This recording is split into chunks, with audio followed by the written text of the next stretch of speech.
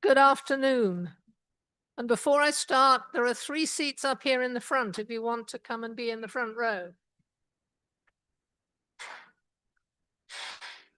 Welcome to this candidate forum, which is hosted by the Ulysses Community Council. My name is Sally Grubb, and I will be moderating this event on behalf of the League of Women Voters of Tompkins County. The League of Women Voters is a nonpartisan organization committed to defending democracy and empowering voters by bringing you the most up-to-date information available on national, state, and local elections and issues of concern to voters.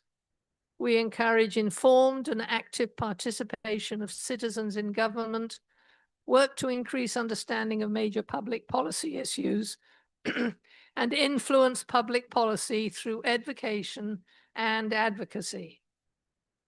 The League never supports or opposes any political party or candidate.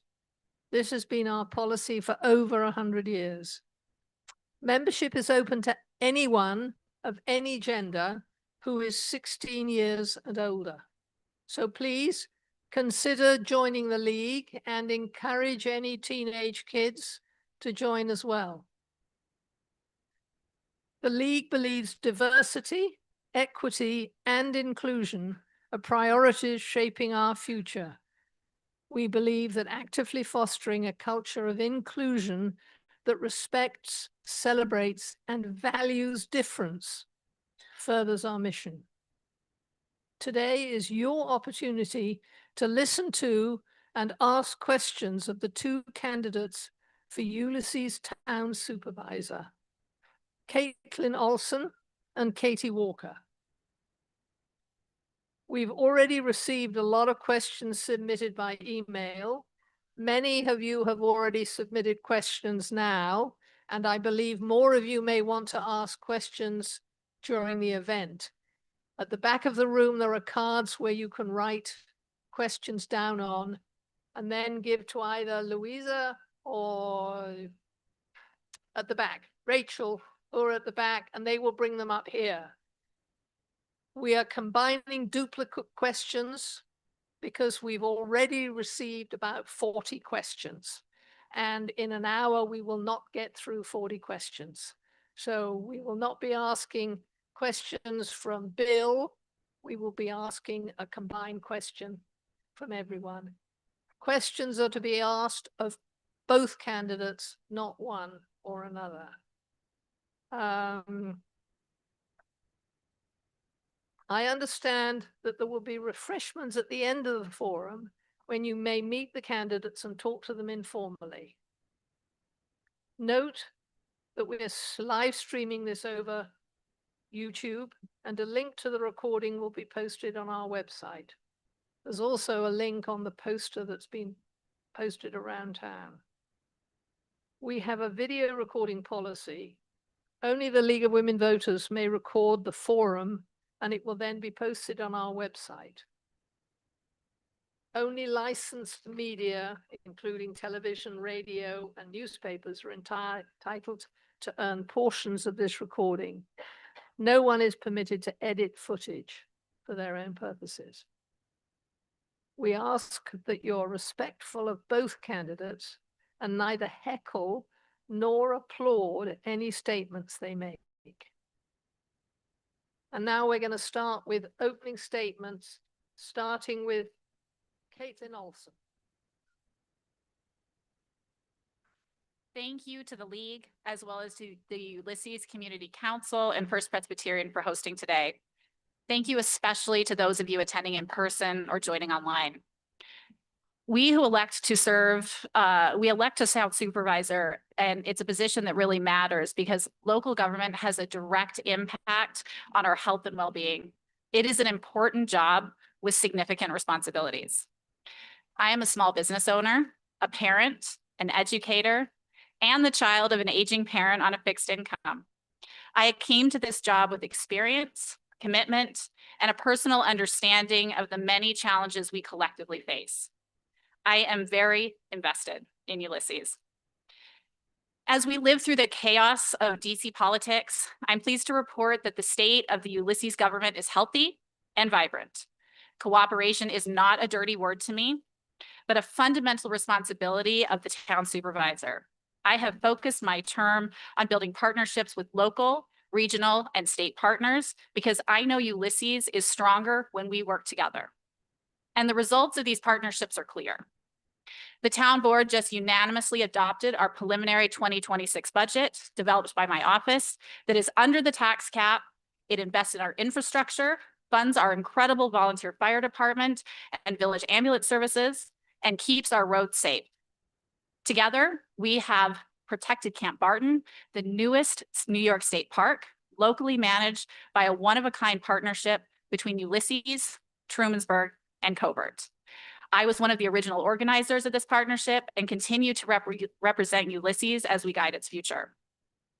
Working with colleagues matters, and not every community can boast that its elected officials have a great working relationship. I am honored to be endorsed by two incredible public servants, Highway Superintendent Scott Stewart and Town Clerk Carissa Parlato. I believe the town is stronger when we have a healthy, vibrant village. I'm honored Mayor Worden Hart has endorsed me, and to paraphrase him, our municipalities have the best working relationship in living memory. Our local economy is tied to Tompkins County. I'm grateful to work with legislator Annie Corman and honored to have her endorsement. Climate change and environmental challenges must be solved together. We need strong state partners. I'm deeply honored to be able to share today, for the very first time, that I have been endorsed by Assemblymember Anna Kellis because she believes I'm the best person, in her words, to lead her hometown. After my nearly 4 years as town supervisor, Ulysses is stronger, more resilient, and better prepared to address the challenges of the 21st century.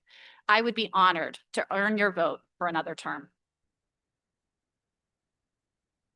Katie Walker. Hi, I'm Katie Walker, and I've never done this before, so bear with me. I thank everybody for coming here today. What a wonderful turnout. What a wonderful town. Now, I'm a lot of things, and most folks will tell you that I'm people-focused. I'm a positive thinker, I'm a fast learner, and I have a lot of energy. I'm a single mom who raised two amazing daughters. I attended TC3 and then Cornell studying industrial and labor relations. I was a human service worker and was promoted within 2 years to director of the Section 8 housing programs for Tompkins County, a job I held for 13 years. I've been a bartender, a server, a restaurant, and a catering manager. If you don't think selling a wedding is a delicate negotiation, I've managed numerous components of festival and event planning and production. I can tell you that providing food and craft services and feeding as many as 2,000 people a meal for 4 days in a field kitchen requires a lot of planning and a lot of interface with a lot of different people. I've sometimes been several of these things at the same time. As a young single mother, juggling second jobs was an imperative. And you can be assured that, sadly, working in human services almost always requires that you have a second source of income. I'm a strong supporter of arts and music and nonprofit activities. I'm one of the folks who started the Finger Lakes Grassroots Festival way back when we were raising funds to support the fight against AIDS. We saw a need and were able to bring a group of diverse folks and their stills together. And we've been going strong supporting arts education for over 30 years. I've also worked for many years for the Hudson River Clearwater Revival nonprofit. You can now swim in the Hudson River. It's not around here, but that's good to know. And I've worked with the Ithaca Festival. I have an amazing, talented, interesting family of friends and neighbors, with all of whom I enjoy lovely interdependent relationships. I'm fortunate to have the support of a wide array of community leaders, but I'm not a politician. I have never held office. I'm your neighbor. I'm hardworking. I'm empathetic. I'm creative and energetic. I'm a lifelong learner who is fascinated with how teams and organizations work. I believe that with my life experience, longtime community involvement, and imagination, I can help build bridges and forge a functional community coalition that has the stability and transparency to take on the community challenges that we face and achieve the community goals to which we all aspire. So I have the first question here, and I'm going to ask it of you, Katie Walker, first. It's about transparency in government. Both of you are committed to transparency and inclusion. What specific things would you do to promote or improve transparency and inclusion in decision-making in the local government? Well, we've talked about transparency. We've talked about community conversations. I think one of the ways that we can improve inclusion in this community is by communicating with everyone, trying to find out how we can reach everyone.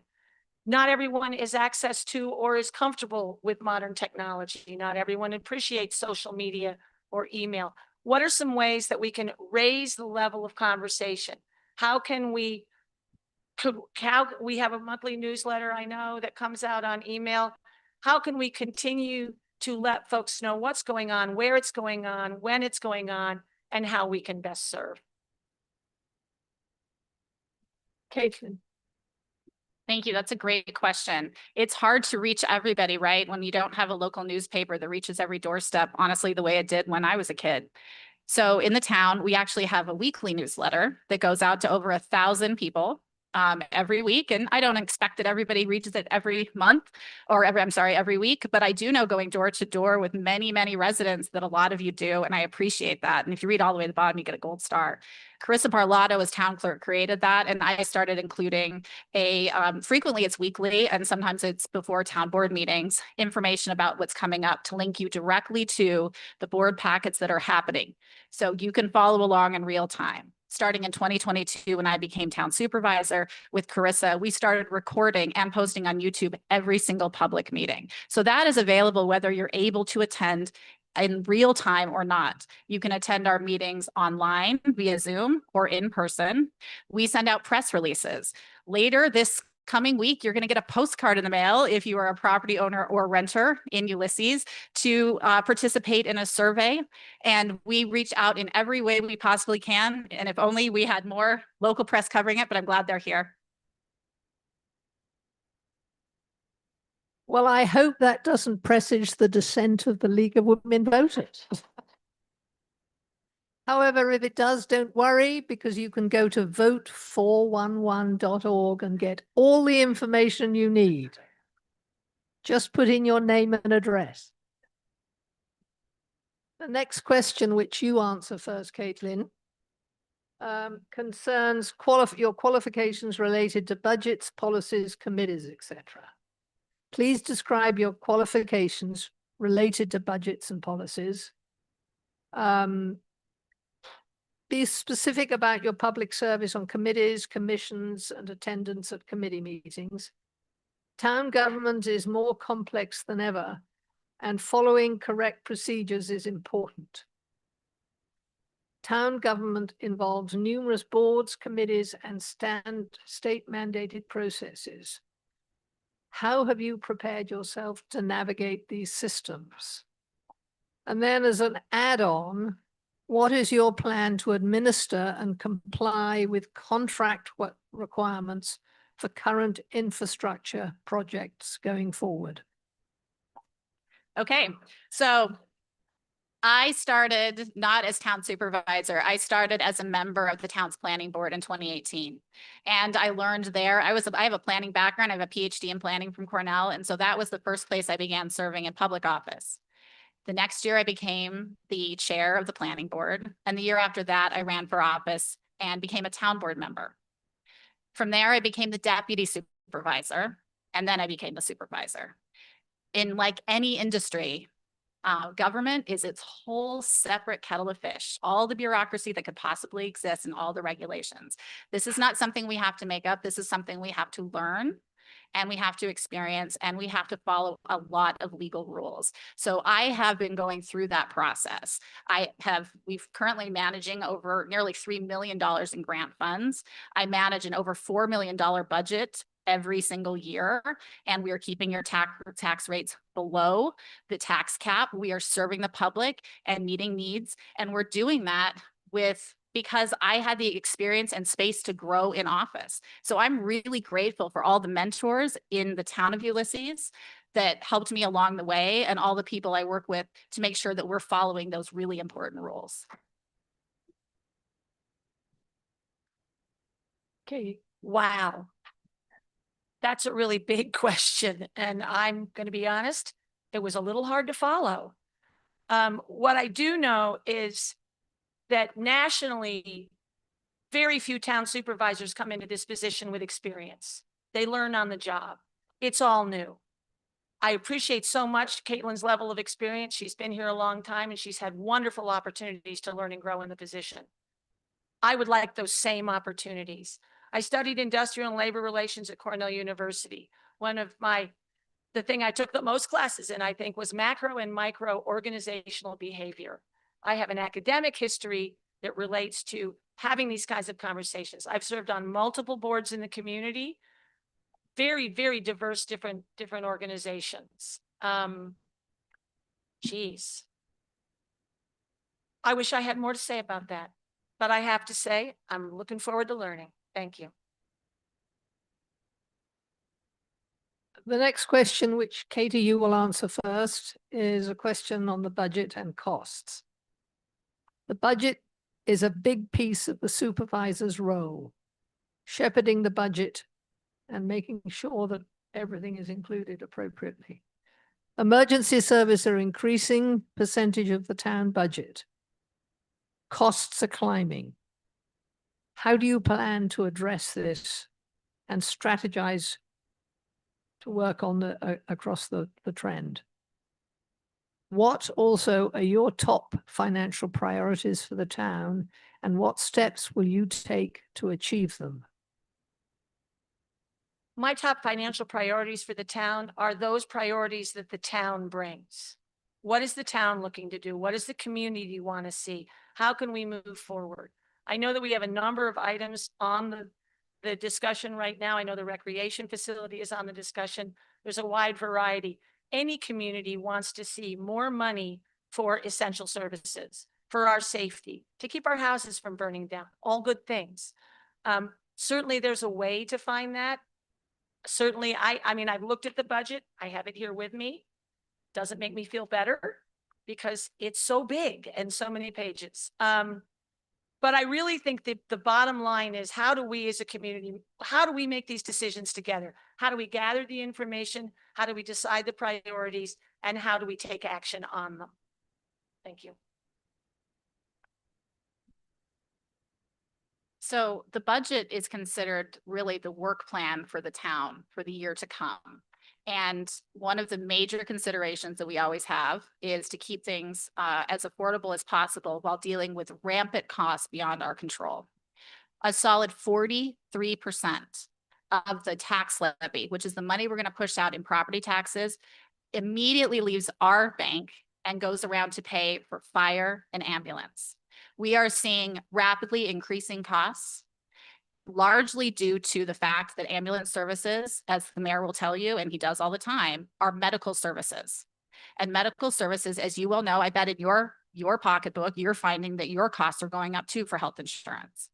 Right now, approximately 12% of all ambulance calls paid for by those in our ambulance district are going out of district. In Dryden, that number is 40%. That means the taxpayers in our communities are funding that. That is the number one thing we have to address, and we are working with the county and the state to push that forward.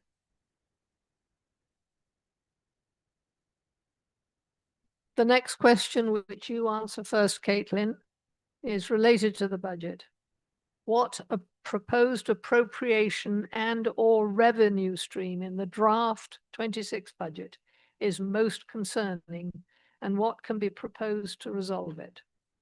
Absolutely. So I will continue talking about fire and ambulance in particular, because ambulance is not considered by New York State to be an essential service.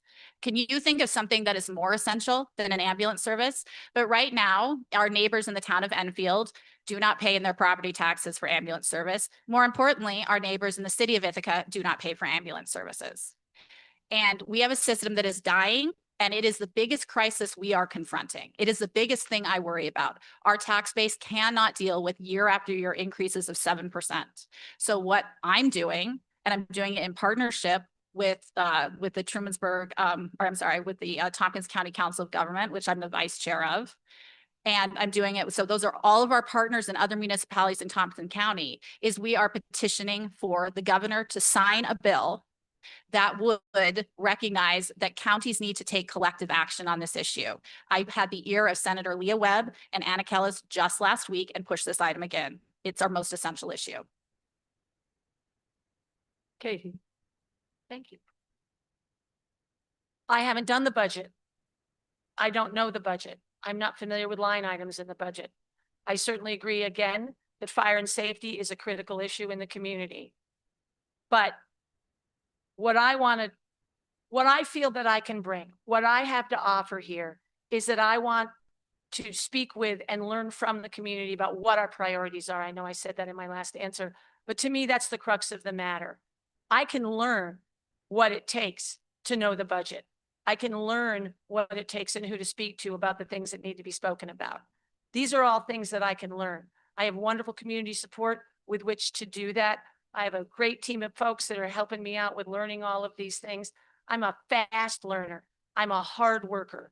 I'm a quick study, and I'm an amazingly good listener, especially when I don't know what the answer is. Thank you.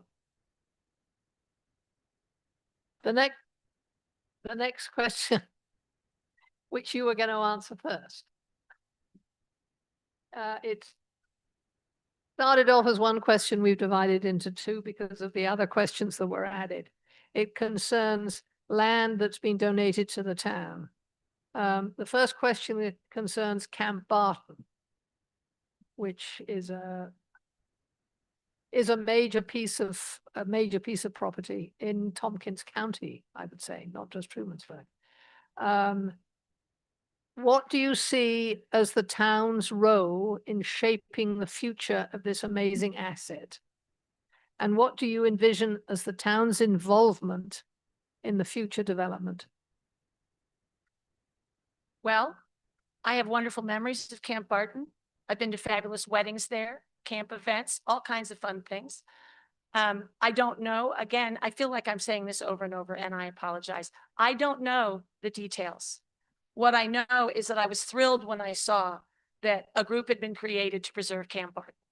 I was thrilled when I saw that this important, I see as actually historical area and the memories of so many people is being preserved. And I'm deeply grateful to the people that put that together. I think the idea of a coalition between multiple communities is brilliant. I think that it brings 3 communities to bear on a problem. Hopefully everybody can help out financially. Thank you so much.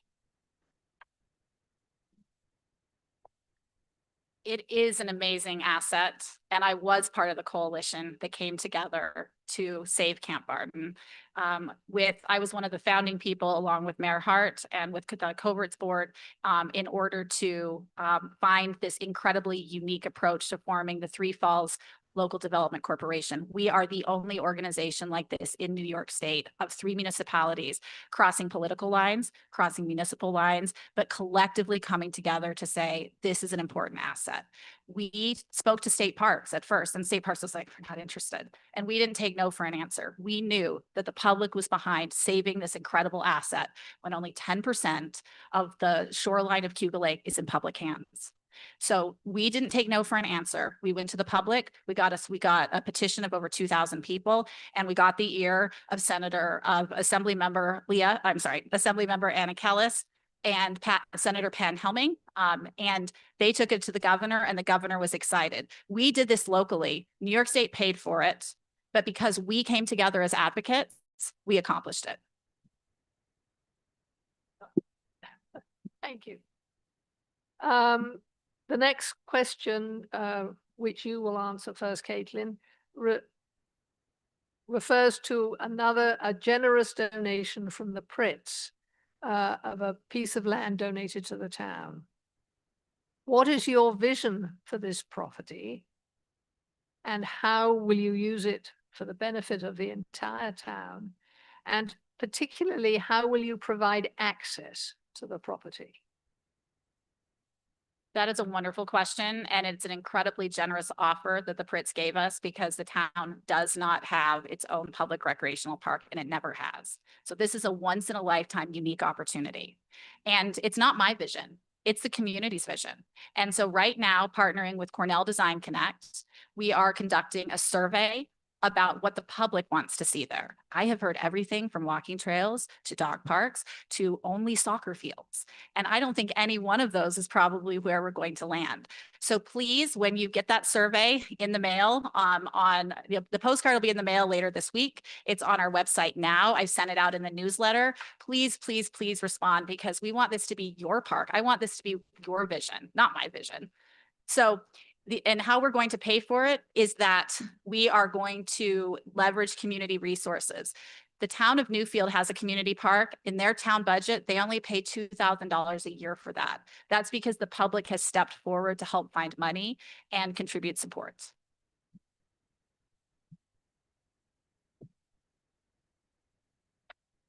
The recreation fields are such a fascinating topic, and they've been such a hot topic in the community for the last year.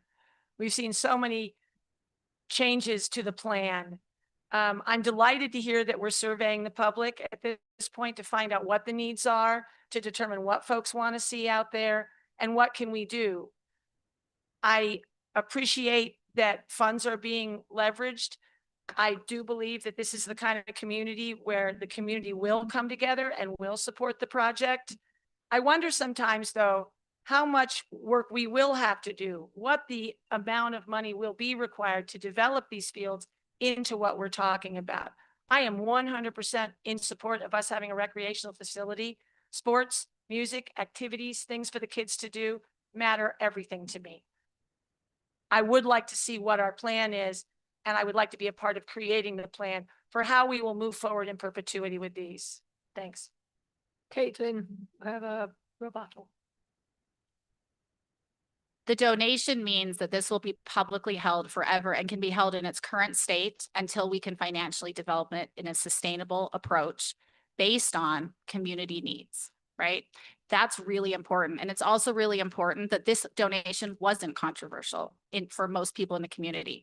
For months, we collected public feedback, and over 80% of respondents were in favor of the donation because they could all see what an incredible gift this was to the Ulysses community.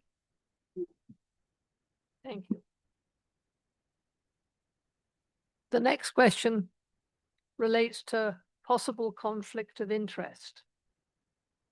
Small town government can be wonderful, as we often work with and on behalf of people we know directly. However, it is also important for elected officials to ensure they're hearing from all walks of life in the town. How do you make sure you're hearing the stories and needs of people outside the segments of the town that you run into regularly on your daily and weekly life? How will you make sure to avoid favoritism and assure fair treatment for all when you're making your decisions? Katy. No. Your way. I did the park one first. And You then the did, rebuttal for yeah. Katy. So Katy. Okay. Well, as we know, communication is key and inclusion is key, and everyone feeling that they have a voice in the conversation is key. This isn't a very big town.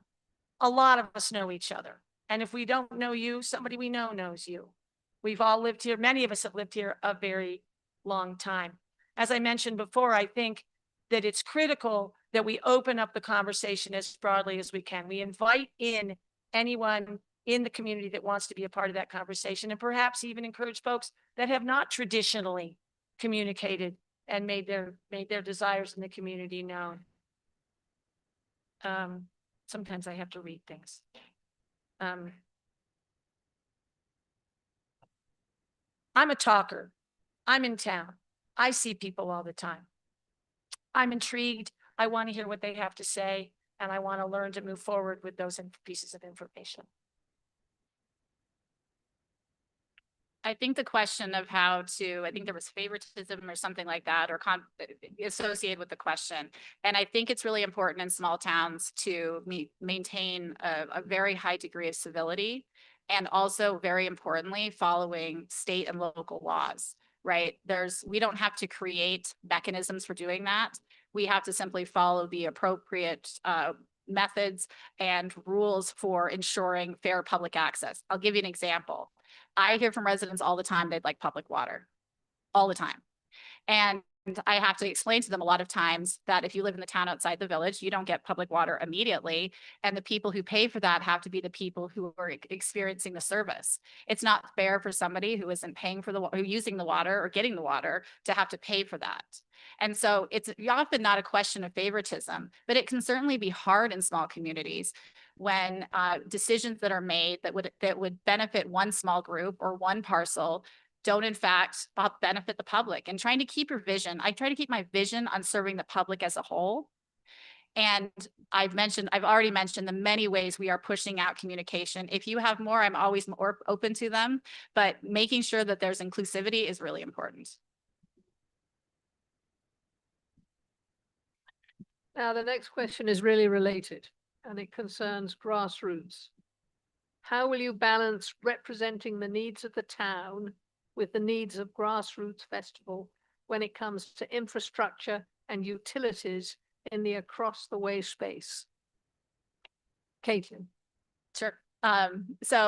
I don't think for me it's a conflict of interest, but as someone who's been on the town board and then as town supervisor, I have supported their requests as I would for any property owner who wants to seek and pay for their own public water supply. So I have worked and we accepted a petition and put together an escrow agreement. And an escrow agreement is the contract by which the potential users of a water district pay for the costs associated with legal and engineering. It's not fair to the taxpayer, the general taxpayer, to have to pay for those costs. And so in order to ensure transparency and fairness in that process, we put an escrow agreement into place. And the ball really is in grassroots court to pursue a water district that they would pay for.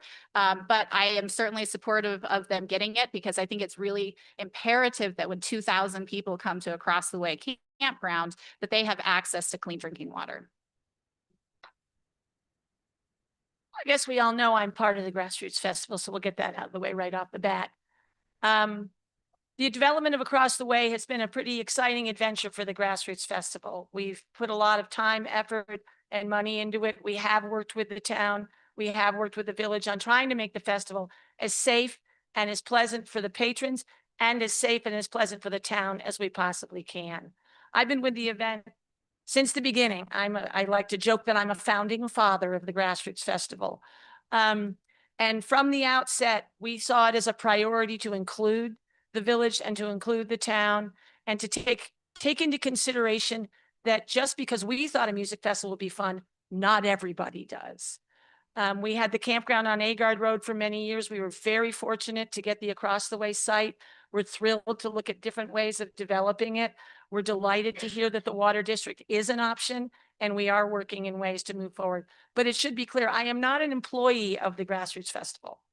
I'm a participant. I work with the event, and I provide services there. Thank you. Now, you will start answering this question, Katy. It concerns the comprehensive plan. What are you hoping for? And what are your expectations and plans for using it? That's the comprehensive plan moving forwards. Well, honestly, I'm not able to speak authoritatively on the comprehensive plan at all. And I'm quite certain that Katelin is. I'm looking forward again. I say this again. I'm looking forward to learning about these things. I'm looking forward to digging into them. I'll admit that I studied the administrative plan for the last few days, but I think if I tried to talk about it, I wouldn't sound very bright. I didn't prepare adequately on that regard. But again, you know what? I'm going to stop there because I really don't have anything intelligent to say about it right now. So we're coming up on about the end of a 3-year comprehensive planning process. And we had incredible public participation in the original survey that went out last spring. We held an open house at the high school where about 80 people came and shared their thoughts and visions and gave feedback on what they wanted to see. And I can tell you that we had great representation in survey results, and the survey results and the public feedback are what guiding the document. And we have, it feels like daily, but not actually, the comprehensive plan committee meetings. They're all available on the town's YouTube page if anybody wants to catch up. And these are publicly available meetings where we are trying to guide, as me as a member of that committee, steer the plan towards an adoption of a comprehensive plan that really sets the vision of the town for the next 20 years. And what we hear from the public they want is they want a diversity of housing options, publicly accessible land, and more opportunities for our youth and recreation. Okay. The next question, which you will answer first, Katelin. How will federal cuts affect the town of Ulysses? And what will you do to mitigate those effects? So I'm pleased to report that we are not actually the direct recipient of any federal funds in the town, but that does not mean, of course, that federal dollars don't trickle down to New York State and trickle down to towns. So I know that in our congressional district, Josh Riley's district, over $10 million has been held up specifically by the current political administration in punishment for the holding pattern that Washington, D.C. is in. So right now, there are no direct impacts. But what I can tell you is that I'm keeping my eye on the ball for future sources of funding. Frequently, infrastructure funding is underpinned by federal dollars. And so that's why I have been very aggressive with the town board and with our highway superintendent of trying to capture as much outside public money as possible to address deteriorated infrastructure. As I said, fortunately, we're not looking at a situation where it will directly impact our budget, but I know many of our residents have connections to the federal government. And so I'm obviously very concerned about how the ripple effects of that will be. What we're seeing on a federal level is very scary. It's terrifying, really. We're looking at our medical coverage being eroded. We're looking at our benefits for older people being eroded. We're looking at a completely arbitrary cuts right and left. How will that affect us locally? Again, Katelin can speak to the fact that it hasn't yet, that we don't depend on any federal funding. I'd like to see us maintain a civil tone here. I'd like to see us pattern what could be patterned as we move up the governmental chain. I'd like for us to show this is where we can experience democracy firsthand. And how can we work together? How can we create these conversations? How can we be as one when these difficult things begin to occur? And I fear that they will begin to occur. How do we build bridges from one side of the aisle? Because even in a small town, we have different sides of the aisle. How do we build bridges so that we can be together in the coming years? The next question you will answer first, Katy. Could you please comment on the so-called COVID money that was earmarked for Ulysses playing fields? Was there a survey of town residents before allocating the funds, and what is your opinion on that? Well, I'm aware that there was not a survey done prior to the allocation of funds for that property. I'm aware that that initial project did not come through. The town came together and said that they were not comfortable with the purchase of that property. My concern with the recreation plans, and again, I am pro-recreation, but my concern is, again, as I said before, do we have a plan? What is our plan? Is everybody in agreement on that plan? Have we surveyed the whole community? Why did we wait so long to survey the whole community when we had already looked at 2 pieces of property? What can we do to serve everyone? When I was a young person and moved here from New Jersey, I remember all the kids in the neighborhood in Trumansburg running to get on the swim bus. It went down to Taganic and everybody rode down there together. I'd never heard of anything so cool in my life. I want our recreation to feel to this community like that felt to me in that moment, like we are taking care of the children. And all of the children.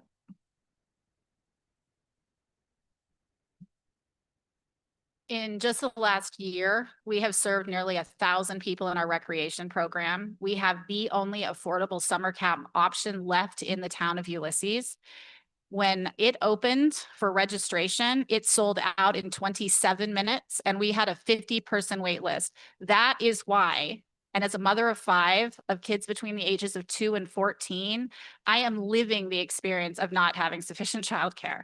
So I heartily concur with Katy that we need to take care of our children. The fact remains is that public spaces provide us that opportunity. We're not just serving the public now to see if they care about public spaces. We're surveying the public right now to see what they want in the space that has been donated to us. So that's a very, very different thing. And when we did our comprehensive plan survey as part of a 10-year update to the comprehensive plan, that's in fact exactly what the public also said they wanted.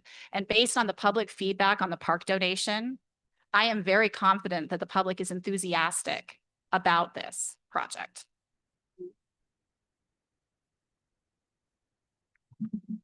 The next question, which you will answer first, Katelin, concerns vulnerable people. What is your approach to policy making that protects, supports, and uplifts the most vulnerable people in our community? That's a really great question. And I would say that one of the things that we're not the service provider, for instance, for Code Blue housing, but we certainly live in a county that we're fortunate that we do have that being provided. 2 years ago, when I mentioned summer camp, 2 years ago, there was COVID money available through the county. And courtesy of partnership with legislator Ann Corman, we got $17,000 to subsidize summer camp that year. And what that meant is anyone who was at 200% or below or above the poverty rate was able to get free summer camp that year. And when I talked to all the families and we conducted an assessment of the data so that we could show Tompkins County how we were using their money, we found that 5% of the children we served that year qualified as homeless. The vulnerable are in our community already. They're just not always they're just not always obvious. But by supporting the library, by supporting summer camp, by supporting recreation opportunities, by supporting Meals on Wheels, Food Net, food pantry, mutual aid cabinets, that's how we're addressing that population. And on that, I have to agree in full with Katelin. I think that those services are critical. I think that they're wonderful that we have them in this community. When I worked in human services around here and we would talk to people from other counties and other states, and we would describe the resources that we have in Tompkins County and in the towns and in the villages, they would refer to us as a service-rich environment. They couldn't believe how many opportunities and how many options we had for people. But nonetheless, we see people fall through the cracks. There are a variety of reasons for that: mental illness, sickness, homelessness. Oftentimes when families come to an end and people are having to find different options, especially things like childcare. I think that I sort of lost track. I'm sorry. I think that it's key that we keep an eye on people. It's key that we are empathetic and we're listening. It's key that we're a part of the solution. Thanks. The next question you will answer first, Katy. And this concerns working with many new trustees. Both trustee seats are open this election, meaning that half the trustees will be new next year. How do you intend to help these new trustees ramp up quickly to ensure the town board continues to operate smoothly and that the new trustees are integrated smoothly into the operation of the town government? Well, since we'll be doing it together, the three of us, I hope that we can ramp up together. I certainly intend to depend on previous governments, folks that have worked in the town, folks that have held these positions. I had a wonderful conversation with Michael Boggs the other night on the phone, and we spoke a little bit about his experience on the board, what he'd like to see, how he was looking forward to meeting the new people and their adjustment therein, and how he would be welcoming to be supportive and helpful in that process. I'm a quick learner, I'm a quick study, and I assume these gentlemen are too. I can't imagine that they would run for this office if they weren't highly motivated to be a part of what's going on in our town. Over the last almost 6 years, I've talked to a number of people who watched me get involved and wondered how they could get involved. And I will tell you what I tell them, which is the best place to get involved in the town. And when I mean the town, I mean town government, is on a committee. It is the best place to start getting your feet wet and figuring out if you're interested. And so one of the new incoming trustees, Steve Manley, has been doing just that. He took my advice and joined the Youth Commission and represents Ulysses there. So he's getting a front hand seat right from the start. And we actually work on a very robust budget as part of the Youth Commission because we pay for youth services and recreation jointly with the village of Trumansburg. So that's a whole budget process that he already got to participate in. Again, it's a small piece. The other trustee who's going to be coming in, Tom Knight, brings with him a wealth of local government experience in economic development. I couldn't be more excited for the opportunity to work with two individuals with just an incredible backstory and capacity. As I did that, we're just swinging this back and forth. So, Katelin, what has the town done and what can it do to mitigate the effects of climate change? I love this question. Okay. Climate change to me feels, in the big picture, feels incredibly daunting. Like, what could we individually do? How many light bulbs can you really change to fix climate change? But the answer is that there are things we can do locally to actually make a huge difference, not in necessarily fixing climate change, because that's a much bigger issue, but of how we respond to be resilient during climate change. And the biggest thing we can do is respond to the real conditions that we face here, which is rapid rain events and droughts. Everybody has either too much water or too little water. But let me tell you, that water flows somewhere and it's flowing by gravity, right? Down off of our roads, and it needs to flow safely and people need to be able to cross safely. And we need to have infrastructure that's capable of doing that. And so the biggest thing we can do to address climate change is not let what happened to our neighbors in Ovid and Covert. Remember when the roads washed out, not that with less than a decade ago? We are saving money as a result, and we are investing in infrastructure, leveraging outside money to pay for expensive items that the taxpayer locally cannot afford to pay for. That is a really big question. One of the things, I work on the lakeside. My job is to run a resort, 2 restaurants, an event center on the lakeside. And one of the biggest things that affects us is the haves. We are forced to close down our lakeshore on a fairly regular basis. This is one of the things that is directly as a result of what's going on with climate change. We've worked very closely down there with the Community Science Institute. We admire the hard work that they're doing, looking for some resolution to this problem in our area. But one of the things I think that we're going to need to look at is, where is the water going? Where is it running off to? And how is that affecting the lake, which is where ultimately all the water seems to land.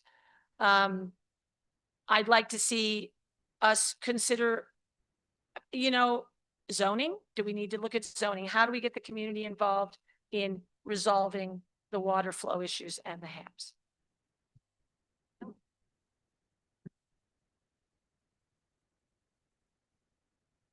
How long have you lived in the area? And what are some things that you love about the town? I moved here in 1979 by accident. I came for a birthday party with nothing but my knapsack, and I never left. I've raised 2 children here. I remember waking up along the road, coming up Route 89 on a Greyhound bus into Ithaca or 79, and thinking this is one of the most beautiful places I have ever seen. The mists lay low over the creek bed as the water burbled by. Very poetic. I came to Trumansburg and I met so many people that I felt a connection with. I was part of the original Rongo gang, or not the original gang. I didn't come from Cosmos. I was the youngster on the team. But I have lived here. I did move away from Trumansburg for some period of time. There was a long period of time when I couldn't afford to buy a home here. I bought in Danby instead. But then I came back, and it was all I ever wanted to do. I love this village. I love the family I have here. I love the family of friends I have here. I love that we walk up and down Main Street. There are days when I'm walking down Main Street and I think I'm living in It's a Wonderful Life.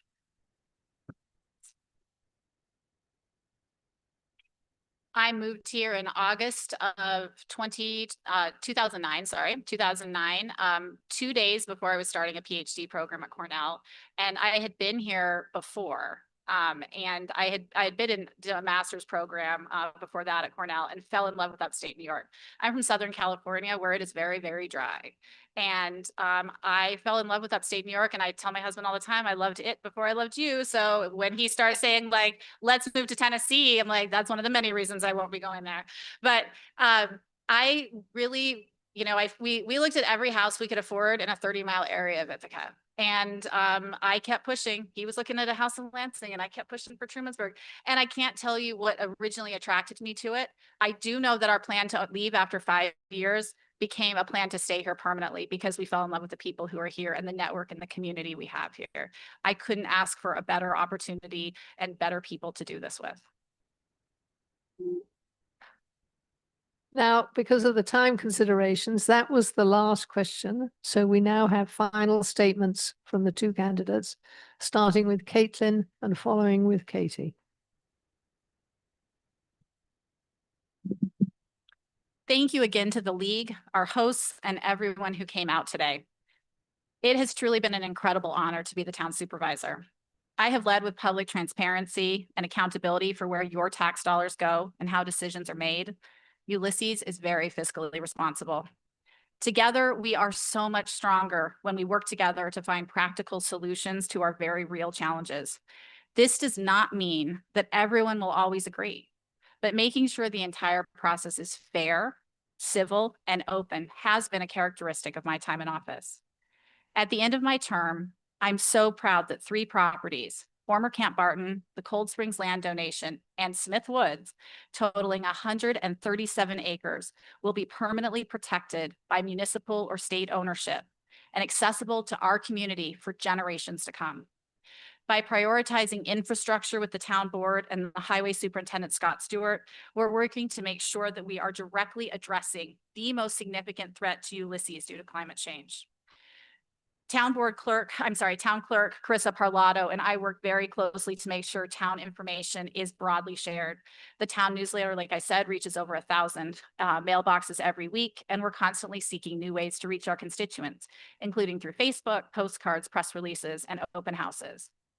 Throughout this campaign, I have come directly to the door of so many voters and who have graciously shared their hopes and concerns for Ulysses. The feedback of our residents guides my decision-making. I ran for office because I know that local government is essential to a healthy community. As the parent of school-age kids, a small business owner, an educator, and environmentalist, I could not be more invested in Ulysses and its outcomes. Thank you so much for being here today, and I hope I earn your vote for another term so we can continue this momentum together. Whoa. Thank you to the league. Thank you to the UCC. Thank you to everybody for showing up today. Thanks, Sally and Ted over there at the video camera. I'd also like to say thank you to Katelin for her hard work. I've learned a lot about the job just sitting here with her today. In closing, I'd like to say I'm running for office because I think I can help. I'm a quick learner, a hard worker, and I have a keen ability to read the room. I'm running because I want our community to have a choice. My entire career has been spent honing my customer service skills, whether it be human services, hospitality, or working with large and diverse groups of volunteers. How can I best serve the needs of the group despite our differing opinions? While consensus can be elusive in many cases, finding some area of common ground is not. I know a lot about people, and I know a lot about hard work, teamwork, and community. I know a lot about working with others, identifying the goals, and then using the skills of the many to reach them. I'm not afraid to ask for help, and I'm not looking to reinvent the wheel. We all want to be seen, and we all want to be heard. We need full transparency in all of our planning, from the idea through the process and into the final decision. Local politics is the closest we come to a real and functioning democracy. This is where our vote really makes a difference. I would love an opportunity to bring my life experience, work ethic, and energy to the office of Supervisor of Ulysses, and I encourage you to vote for your choice. Thank you. Thank you both very much for attending. We're now going to close the forum session. There will be refreshments, I understand, temptingly behind me. and you have a chance to talk to the candidates informally. But before we go, I just want to make a big thank you to Ted, who's always there to be our technology advisor.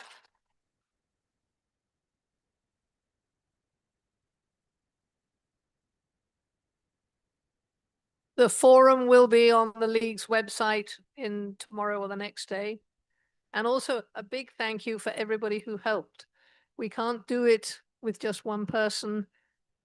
Cindy and Alexis did an enormous amount of work securing the hall and making sure there were seats and tables and everything. And then Louisa and Rachel helped collect your questions. So thank you, and thank you all for coming.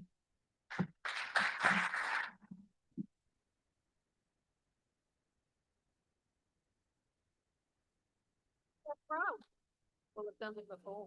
I got it down. See that, pretty much C-stands or something for the background. Yes, it's. When I have it, yes, it would be better.